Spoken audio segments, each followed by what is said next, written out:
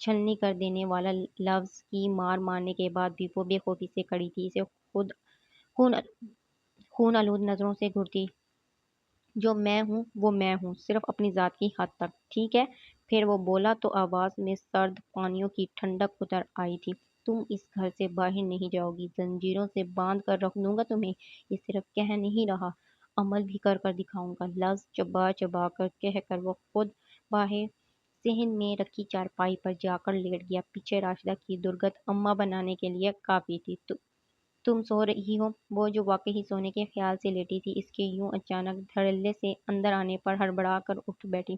باسعد سرہانے رکھا دوپٹہ سینے پر پھیلا کر اوڑھ لیا۔ او ویری سوری۔ کان کھجا کر شرمندہ انداز آنے کی ناکام کوشش کرتا وہ صفا کو زہر لگا۔ دنیا کے سامنے مذہبی نظر آنے والے اس بندے کی آنکھوں میں تیرتی ہوس اسے سر تا پیر 24 گھنٹے خوف میں مبتلا کیے ہوئے تھی۔ اس وقت کتنی غیر اخلاقی کا ثبوت دیا تھا، بنا نوک کیے، بنا اجازت طلب کیے یوں کمرے میں آ کر گھسا تھا جیسے اپنا بیڈ روم ہو۔ کوئی کام تھا ناصر بھائی؟ بعض اوقات دل پر جبر کر کر ناپسندیدہ لوگوں کو برداشت کرنا کتنا کٹھن ہو جاتا ہے، اس کا صفا کو بخوبی ادراک ہو گیا تھا۔ ناصر کی بے باک اور بے خوف نگاہیں اس کے وجود میں جیسے گھڑی جا رہی تھی۔ وہ اس وقت لان کے printed dark and light purple suit میں ملبوس تھی اور قدرے گھبرائی اور سمٹی ہوئی، گویا ناصر کے لیے آزمائش بنی ہوئی تھی۔ اس کا نوخیز حسن ناصر کی پوری توجہ کھینچے ہوئے تھا۔ ہاں کام تو تھا۔ ناصر کا لہجہ سرسرا سا۔ صفا نے ذرا کی ذرا نگاہ اٹھائی اور پھر جھکا لی۔ نہ صرف اپنی آنکھوں میں پرشور جذبات سمیٹے اس پر سے نظریں ہی نہیں اٹھا رہا تھا۔ آج اتوار کا دن تھا۔ روبی دوپہر کے اس ٹائم اپنے بچے کے سوتے ہی خود بھی سوئی پڑی تھی، اور صرف اس ٹائم ہی کیوں، دن کے جس حصے میں بھی اس کا بچہ سوتا وہ بڑے والے کو مکمل طور پر صفا کے سپرد کر کر خود بھی سو جاتی۔ ناصر کے لیے اس وقت میدان صاف تھا۔ آج 3 دن ہو گئے تھے صفا کو روبی کے گھر آئے ہوئے، اور وہ ان 3 دنوں میں ہی عاجز آ گئی تھی۔ ناصر کی آنکھوں کی زبان بہت واہیات تھی۔ وہ حد کر اس کر کے صفا سے پیش آ رہا تھا کہ گزشتہ 2 دن صبح سے لے کر 5 بجے تو سکون ہی رہا، تاکہ ناصر مجبوراً ہی صحیح یہ ٹائم آفس میں گزارتا تھا، لیکن گھر آنے کے بعد وہ جیسے صفا کے لیے عذاب بن جاتا، خواہ مخواہ اس کے ارد گرد موجود رہتا، بلا وجہ کے فضول کام بتاتا اور رات دیر تک اپنے بیٹے موتی کے ساتھ لاؤنج میں ٹائم پاس کرتا۔ اسے موتی کی خاطر یہ ناگوار لمحہ جاگ کر گزارنے پڑ جاتے۔ روبی ہر شے سے بے پرواہ ہوئی جلدی ہی سو جاتی تھی، اور آج موتی کو سلانے کے بعد گھر کے کاموں اور ناصر کی مکار آنکھوں سے تھک کے وہ بمشکل آ کر لیٹی تھی کہ وہ شیطان بے دھڑک آ دھمکا۔ جی کون سا کام؟ نہ چاہتے ہوئے بھی وہ پوچھ بیٹھی۔ چائے زحمت نہ ہو تو؟ وہ بدستور ٹکٹی باندھے ہوئے تھا۔ صفا خون کے گھونٹ بھرتی 2 قدم آگے ہوئی، پھر رک گئی۔ وہ کسی بت کی مانند اپنی جگہ پر ایستادہ تھا، اسے راستہ دینے کے لیے ذرا جو ادھر ادھر ہلا ہو۔ اس کی دائیں طرف بھاری بیڈ تھا تو بائیں طرف ریک۔ صفا بمشکل خود کو اس کے بائیں طرف سے گزر جانے پر آمادہ کر پائی۔ یہ الگ بات تھی کہ یوں گزرنے پر اس کے ہاتھ اور بازو سے جو ناصر کا ہاتھ مس ہوا تھا وہ اس کے اندر برقی روح سے دوڑا گیا تھا۔ تیز تیز قدم اٹھاتی وہ کچن میں آئی، اور آج روبی اور اس کے گھر پر لعنت بھیج کر واپس جانے کی خواہش شدت اختیار کر گئی تھی۔ منحوس خچر! دل میں موجود ناپسندیدہ گالیوں کا اسٹاک اس نے چائے بنانے کے دوران بآواز بلند کچن کی دیواروں کو سنایا۔ اس وقت آنسو آپ ہی آپ امڑے چل آ رہے تھے۔ ناصر جیسے ذلیل باطن انسان بلکہ شیطان کی وجہ سے اپنی بے بس اور یتیمی اور زیادہ تر محسوس ہونے لگی۔ چائے بن چکی تھی، پر لے کر جانے کو دل نہیں کر رہا تھا۔ وہ ابھی تک اس بیڈ روم میں تھا جس میں وہ رہائش پذیر تھی۔ دل کڑوا کر کر اللہ کے ساتھ کا یقین تازہ کر کر وہ چائے کا کپ سرس رکھتی کمرے میں لے آئی، لیکن کمرے میں قدم رکھتے ہی ٹھٹک کر رک گئی۔ وہ بڑے بےہودہ پن کا ثبوت دیتے ہوئے موتی سے ذرا فاصلے رکھ کر بیڈ پر دراز تھا، اور دل جلانے والی بات اس کے آنے پر ذرا جو متوجہ ہوا ہو، صفا کا سارا وجود کونین ہو گیا۔ کتا کھوتا یوں پڑا ہے جیسے صدیوں سے نہ سویا ہو، اور جو روبی کی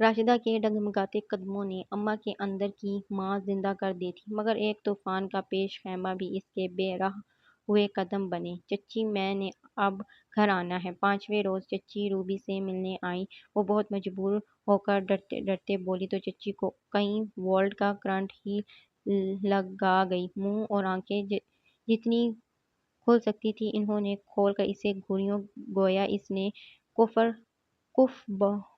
کفر بول دیا ہو اور اب اس کو سالم نگاہوں ان پر واجب ہو گیا ہو۔ وہ کیوں؟ ان کی گھبراہٹ پر اس نے اپنا جھکا ہوا سر اٹھا کر انہیں دیکھا اور پھر سے جھکا کر انگلیاں مروڑنے میں لگی۔ میں کیا پوچھ رہی ہوں؟ جواب تو دے۔ یہاں آئے دن ہی کتنے ہوئے تجھے؟ روبی تجھے چوٹیاں کاٹتی ہے کیا؟ یا گھر میں تیری ماں بیٹھی ہے، تیرا انتظار کرتی ہے؟ چچی اپنی مرضی کے مطالبے اخذ کر چارج ہو گئی اور وہ کہہ کر پچھتائی کی عملی تصویر بن گئی، بار بار اس دروازے کی طرف دیکھتی جدھر ابھی روبی اٹھ گئی تھی، اور اس نے یہی موقع غنیمت جان کر چچی سے التجائیہ اپنی خواہش کیا بتائی، اپنے پیروں پر ہی کلہاڑی مار دی۔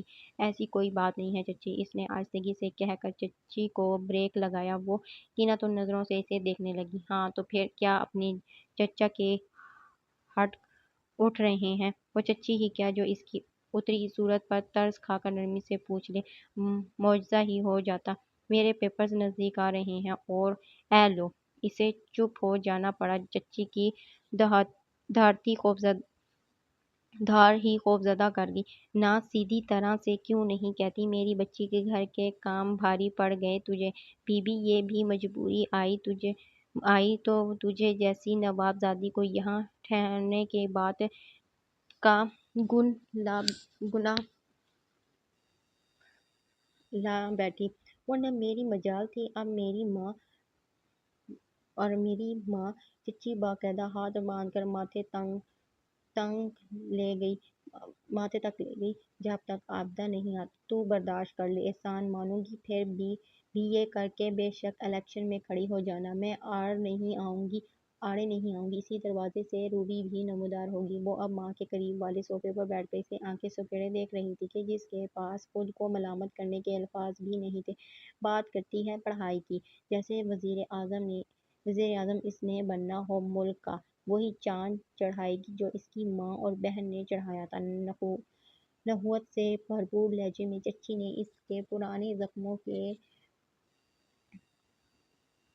زخموں کے گھرنٹ اتار کر انہیں پھر سے نمک مرچ چھڑک کر تازہ دم کر دیے، اور وہ ہر بار کی طرح ضد کی شدید احساس سے دوہری ہونے لگی۔ کیا تھا اگر وہ باقی کے دن بھی روبی کے گھر صبر کر کے کڑوے گھونٹ پیتے گزار دیتی؟ چچی کو خود پر تیروں کی بارش برسانے کے لیے اس نے اکسایا خود، اور اب اس تکلیف کو سہنا بھی خود ہی تھا۔ نہ جانے کس غم میں تھی کہ چچی میں نے گھر آنا ہے کہہ کر انہیں پتنگیں ہی لگا گئی، لیکن کرتی بھی تو کیا؟ ناصر کی بد نظر نے اس کے شب اور روز حرام کو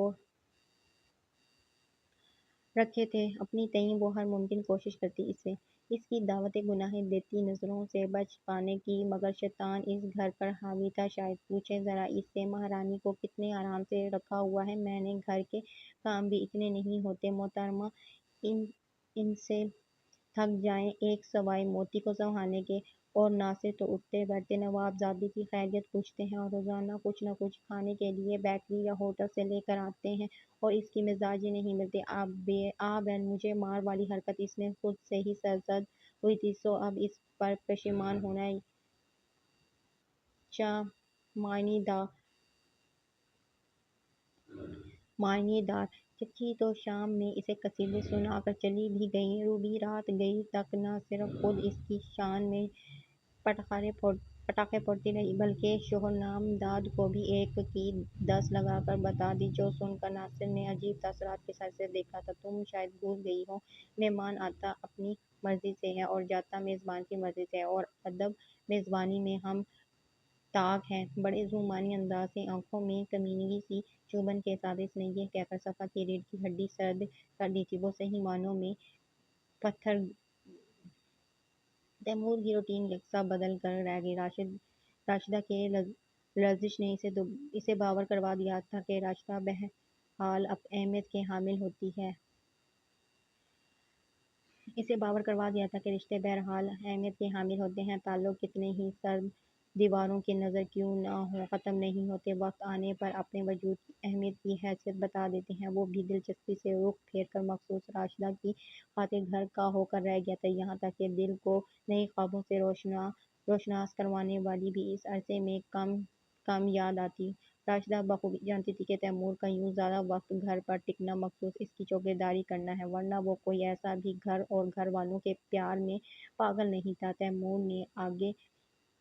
تیمور نے اگر اسے زنجیروں سے نہیں باندھا تھا تو کھلا بھی نہیں چھوڑا تھا۔ اس کے باہر محلے میں کہیں جانے پر بھی پابندی تھی۔ اول تو وہ خود ہی حیرت انگیز حد تک باہر کہیں بھی جانے کی خواہ نظر نہیں آ رہی تھی، خاموشی سے کمرے کے اندر بچھی چارپائی پر پڑی رہتی، نہ گھر کے کام کرتی، نہ بہنوں سے حال حوال۔ ایک مستقل چپ اس کے ہونٹوں پر ٹھہر گئی تھی۔ مجھے راشدہ کی آنکھوں سے خوف آتا ہے، یوں دیکھتی ہے جیسے ہم اجنبی ہوں یا اس کے دشمن، عجیب نظریں ہیں ان۔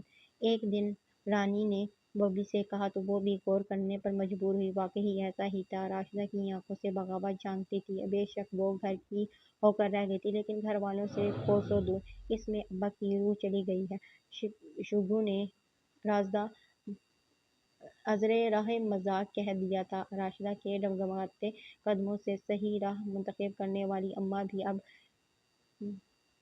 جھڑکیاں دینے کے بجائے اس کے آگے پیار اور شفقت سے کھانے کی چنگیز رکھتی، اسے بہنوں کے ساتھ ہنسنے بولنے کی ترغیب دیتی، پر وہ جیسے احساسات سے عاری ہو گئی تھی، گنے چنے نوالے کھاتی اور بس ہنس بولنا اس سے روٹ گیا تھا۔ پھر جب گھر والوں کو بشمول تیمور کے یقین آ گیا کہ اس لفنگے کا خناس اس کے ذہن سے نکل چکا ہے، ایک صبح منہ اندھیرا ہی وہ سب کے منہ کالا کر کر بھاگ نکلی۔ ان کے گھر میں کون تھا نمازی جو پھٹنے سے پہلے جا کر وضو کا اہتمام کرتا اور اس قیامت سے باخبر ہو کر بچنے کی راہ نکالتا؟ سو بآسانی اپنے قدموں کے نشان چھوڑے بغیر چلی گئی۔ سچ کہتے ہیں جو ہونی ہوتی ہے وہ ہو کر رہتی ہے، اب دنیا والوں کے منصوبے بندی اور حفاظتی اقدامات منہ چڑھاتے رہ جاتے ہیں۔ راشدہ کے معاملے میں بھی تقدیر زور آور رہی۔ تیمور پیروں میں پہیہ لگائے سارا دن راشدہ کے پیروں کے نشان تلاشتا رہا، جن کی مدد سے اس تک رسائی ممکن ہوتی، لیکن وہ تو چھلاوے کی مانند غائب ہوئی تھی، جیسے کسی اور دنیا میں جا بسی ہو۔ ایک دوسرے کو ہمیشہ کاٹ کھانے والی بہنیں ایک دوسرے سے گلے لگ کر ہچکیاں لیتی رہیں اور اماں ابا کے پیروں میں گر کر مجھے گلناز کی بددعا لگ گئی، مجھے آپ کی آہ لگ گئی، یہی رٹ لگائے روتی رہیں۔ اور بہت عرصے بعد ابا کے آس میں بھی فرق آیا، اماں نے ان کے چہرے پر زلزلونما نمودار ہوتے دیکھا۔ اے لو، جب وقت تھا تب اللہ نے سورج سروں پر لا دیا اور اب بادل بھیج رہا ہے۔ چچی کے ناک چڑھا کر کہنے پر ننھے احرام کی نیپی بدلتے صفا نے خاصی الخاص انہیں دیکھا، جو بندوں سے تو بیر رکھتی ہی تھیں، اللہ سے بھی شکوے ہی کرتی، بس جیسے اس وقت ناشکری دکھا رہی تھیں۔ یہ ٹھیک تھا، آج احرام کے عقیقے کی تقریب میں گرمی بہت لگی، حالانکہ ابھی موسم گرم جھلک ہی بمشکل دکھا پاتا تھا۔ سارا ٹائم مہمان اور افراد خانہ اسی ایک بات کو لیے اپنی تقریب بدمزہ کرتے رہے، گرمی ہے گرمی ہے۔ شام میں جس وقت مہمان رخصت ہو گئے، ماں سوائے چچی اور سندس آپی کے، بادل ایک دم سے سارے آسمان پر نمودار ہو گئے۔ سندس بچی، تم تو آج یہیں رہ جاؤ، موسم بے اعتبار ہو رہا ہے۔ سندس بچی نے بھی حامی بھرنے میں تاخیر نہیں کی، صفا سے ہنسی چھپانا محال ہو گیا۔ سارا دن گرمی گرمی کے باقیوں کو بھی گرمی لگانے والی چچی اب اس حسین موسم سے نالاں یوں کہہ رہی تھی جیسے سندس آپی نے تو پیدا ہی گھر جانا ہے، اس کے لیے تو آج احرام کا عقیقہ مبارک ہی ثابت ہوا تھا۔ دن بھر اضافی کام کرنے کی وجہ سے جو خواہ مخواہ کی کلفت سوار رہی تھی، وہ شام میں لشکتی چمکتی آفتاب کی آمد سے ختم ہو گئی۔ میری چچے کی شادی تھی جی، اس وجہ سے چھٹیاں لمبی ہو گئیں۔ کیوں، تو نے چچا کا نکاح پڑھوانا تھا؟ چچی کو الٹا جواب دینے میں کوئی دلی تسلی ملتی تھی۔ چھٹیاں تو اتنی کی ہیں جیسے تمہاری اپنی شادی ہو۔ اور آفتاب شرماتی نہ تو تھکتی تھی۔ سندس آپی کی بات سن کر پھر چھٹیاں کیسی، میں کام ہی چھوڑ دیتی، وہ بھی کم نہیں تھی۔ اچھا ٹھیک ہے کل سے کام پر آ جانا، روبی نے جیسے اسے اس وقت چلتا کرنا چاہا۔ ہاں جی کل سے ضرور آؤں گی۔ چچی کے کہنے پر روبی نے اسے دیگ میں سے بچا سالن اور پلاؤ دیا۔ وہ خوشی خوشی چلتی بنی، اس بات سے بے خبر کہ وہ صفا میں روح سی پھونک گئی ہے۔ تم بھی اپنا بیگ تیار رکھو، آبدہ آ گئی ہے، اب گھر واپس چلو۔ وہ چچی سے یہی سننے کی منتظر تھی۔ سچ مچ آزادی کا احساس ہوا۔ اتنے دنوں ہی ذہنی اذیت کے خاتمے کا احساس۔ اوپر سے آسمان پر تیزی سے اپنی جگہ بناتے روئی جیسے سفید بادل طبیعت فریش کر گئے۔ وہ اتنی شدید مسرور ہوئی کہ دن بھر کی تھکاوٹ کا احساس بھی زائل ہو گیا۔ بس آج کی رات شیطان کے چیلے، صبح میں تمہاری نظروں سے دور چلی جاؤں گی اور پھر کبھی سامنا بھی نہیں کروں گی۔ ناصر بیٹے کے عقیقے کی وجہ سے آج گھر پر رہا تھا اور حسب معمول نظر بچا کر اسے دیکھ رہا تھا۔ اس نے بھی نظروں ہی نظروں میں اپنا عزم بیان کیا۔ ان سب کی محفل کب برخاست ہوئی؟ 11 بجے وہ لائن تھی۔ موتی کو سلانے کے بعد وہ روبی کے لیے دودھ گرم کر لائی تو لاؤنچ بھائی بھائی کرتا ملا۔ اتنی جلدی اٹھ گئے سب، اسے حیرت ہی ہونی تھی۔ سندس کے آ جانے پر دونوں بہنیں آدھی رات تک دنیا جہاں کے موضوع پکڑ کر گپ شپ میں لگی رہتی تھی۔ شاید صادق بھائی کی خرابی طبیعت کی وجہ سے اس نے اپنی حیرت کا خود ہی جواب بھی سوچا۔ صادق بھائی بھی آج یہیں ٹھہر گئے تھے۔ روبی کی بیڈ روم میں موجودگی تصور کرتے ہوئے وہ جو ہی ناک کر کر اندر داخل ہوئی سٹپٹا کر رہ گئی۔ بیڈ پر ناصر نیم دراز ٹی وی دیکھ رہا تھا۔ اسے دیکھتے ہی جھٹ اٹھ بیٹھا۔ ہماری اونچی قسمت زیر نصیب، آپ ہمارے لیے ہمارے بیڈ روم میں دودھ لے کر آئی ہیں، ماشاء اللہ۔ وہ بیڈ سے اتر کر آنکھوں میں شوخی بھرے اس کے سامنے آ رکا۔ یہ دودھ روبی؟ وہ کہاں ہے؟ اس کا لہجہ خود بخود سپاٹ ہو گیا۔ آہ ہم بد نصیب۔ ناصر کسی فلم کا گھٹیا کردار لگ رہا تھا۔ ٹھنڈی آہ بھرنے کے بعد وہ اس کے گرد چکر لگا کر نپے تلے قدم اٹھاتا بولا، تمہیں شاید علم نہیں، آج یہ بیڈ روم صرف اور صرف میری ملکیت میں ہے۔ صفا نے نہ سمجھا انداز سے اسے گھورا جو ابھی اس کے گرد چکر لگا رہا تھا۔ روبی اپنی اماں حضور کے ساتھ گیسٹ روم میں سونے گئی ہیں، اپنی ماں کے آسانی کے لیے نہیں بلکہ اپنی آسانی کے لیے۔ احرام کو ماں کے حوالے کر خود خراٹے بھرنے کے لیے۔ حالانکہ میں نے آفر بھی کی کہ میں بیڈ روم کے بجائے گیسٹ روم میں سو جاتا ہوں، لیکن تم جانتی ہو میری ساس محترمہ کو داماد کے آرام کی کتنی فکر کرتی ہیں۔ بیٹی کو لے گئی، میرے تعصب میں میرا بیڈ روم دے گئی۔ وہ نہ جانے یہ ساری بکواس کیوں کر رہا تھا، وہ نہ جانے وہ کیوں سن رہی تھی۔ اپنے یوں خواہ مخواہ کھڑے رہنے کا احساس ہوتے ہی وہ پلٹی کہ وہ سامنے آ گیا۔ تم کل جا رہی ہو؟ اس کی آنکھوں کے اندر گھستا وہ عجیب سے انداز میں بولا، مجھے روبی کو دودھ دینا ہے، ٹھنڈا ہو جائے گا۔ یو وہ ایک دم سے دانت بھینچ کر غصہ ہوا۔ لمحے بھر کو صفا لرز سی گئی۔ وہ عین اس کے سامنے کھڑا تھا، ہر راستہ مسدود کیے۔ عقل پیروں میں ہے تمہاری، یا میں بھونک رہا ہوں؟ میرا ہر اشارہ، میری ہر بات کچھ بھی تمہیں نہیں بتا سکی کہ میں تم سے پیار کرتا ہوں؟ بے تحاشا یقین مانو روبی اس دل میں کہیں بھی نہیں ہے۔ وہ اپنی ماں کی کاپی ہے، صرف حکمرانی کرنے میں ماہر، جبکہ مجھے بیوی چاہیے، حکمران نہیں۔ تم راضی ہو جاؤ، میں تمہیں ایک اعلیٰ زندگی دوں گا۔ یہ جو تم نوکرانیوں کی طرح رہ رہی ہو، یہ بات میرا دل تڑپاتی ہے۔ میرا ساتھ دو۔ دیکھو وہ شاید جوش میں آ کر ہوش بھول گیا تھا۔ بے حد قریب ہو کر اس نے صفا کا ہاتھ کیا پکڑا، وہ جاگ ہی گئی۔ ناصر نے اس کے ہاتھ سے گلاس لے کر نزدیک دھری چارپائی پر رکھ دیا۔ ہاتھ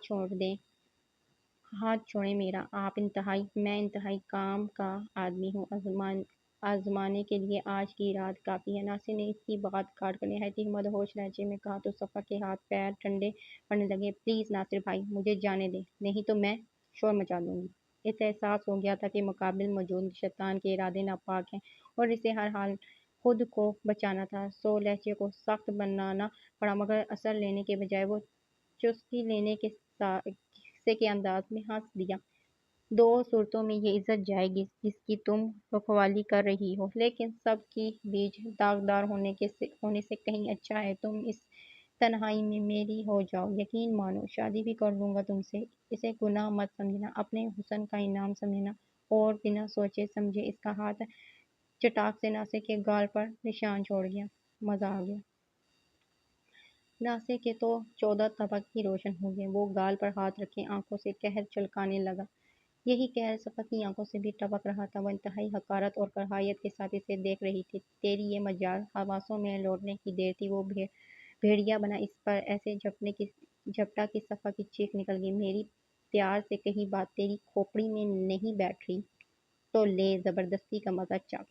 یہ ایک مہذب ریپ میں لپٹے شیطان